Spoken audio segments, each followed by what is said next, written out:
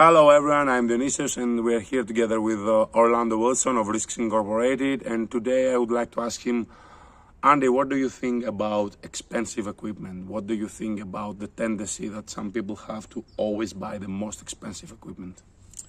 I've heard this come out from a lot of people, that you need to always buy the best equipment, etc., the best you can afford. I would say you need to buy what gets the jobs done. What gets the job done. I remember years ago when I first started doing stuff, the camera for surveillance everybody recommended. I think it was the Nikon F1, completely manual camera, the body alone, back 30 years ago, was like £1,000, right? Okay, that's an expensive piece of equipment, but you can get the job done with something a lot cheaper, and I did. The issue is, again, when you think about buying equipment, is it's going to get broken, it's going to get dropped, it's going to get wet, etc. So I would say buy what works for the job. A lot of surveillance equipment, even cameras these days, you can get good stuff for under $60. Covert cameras, recorders, and they work. They're not top-end stuff, but if you look at it like this, it's disposable. You use it for 1 or 2 jobs and it's gone. You buy a new one. Even as far as we were talking about drones, it's part of the assessment for the drone is the drone going to get damaged? Is the drone going to get lost? Is it coming back? Is it coming back? If you're doing a job where possibly the drone could be compromised, lost, etc., then do you want to spend $5,000 on a drone, or are you going to spend $300 on a drone? 300, maybe less if I can. So this would be part of the assessment of you need equipment that works and is going to do the job properly. There's no point going and buying top stuff. I remember years ago when video cameras first came, well, everybody was using video cameras, camcorders. I had one guy, again, I had equipment in UK, and again, I used to have to lend my equipment to people, which annoys me. If say you're doing surveillance, you should have all the equipment. Lending a camcorder out, and they got it wet, they screwed it up, so now I have to go get the camcorder repaired, etc. Why? Because other people are not going to take good care of your equipment. That's a basic. They'll screw it up, they don't care, it's for the job, etc. So this is where I'm in for buying the equipment that works, rather than going out and buying Gucci equipment just to sit down and just to sit there and look cool. And I know people that's gone out and spent a fortune on cameras, camcorders, everything, and never used them.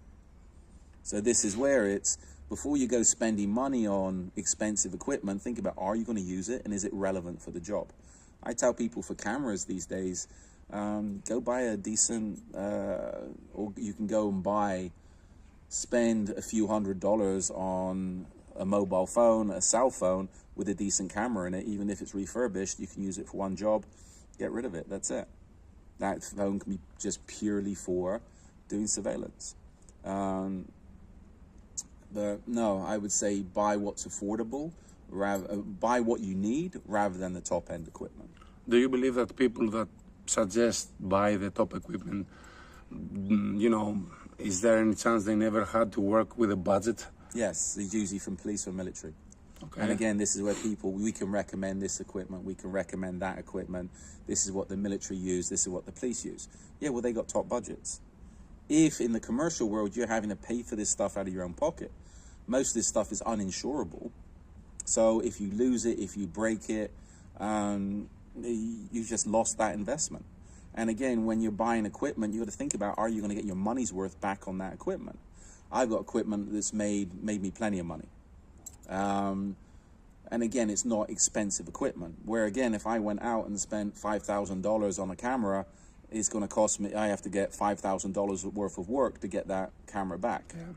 I can go out, and some of the stuff I've showed you, I've got $60 covert cameras that's made me a lot of money. And again, it's would I have made that money off a $5,000 camera? Well, it's the same results. Yeah, exactly the same results. Think about the results you want to get and work within a budget. And this is where a lot of people screw up, by blowing money on expensive gear that they never use, or you can get the same results with cheaper. Or they buy expensive equipment, it breaks, they have to pay for it to get repaired, etc., etc. You can go out and buy I usually have double the cameras I need for a job. If one breaks, okay, I use another one. And again, you can do that cheaply these days. Okay, that's very interesting. Okay, so that's all from us for today. Like Mr. Orlando likes to say, be good boys, stay safe, and follow us on social media. Boys and girls, and don't forget to use the pronouns. Boys, girls, and whatever. What the fuck ever. Yeah, okay, don't say the F word. Sorry. Okay, thanks, bye.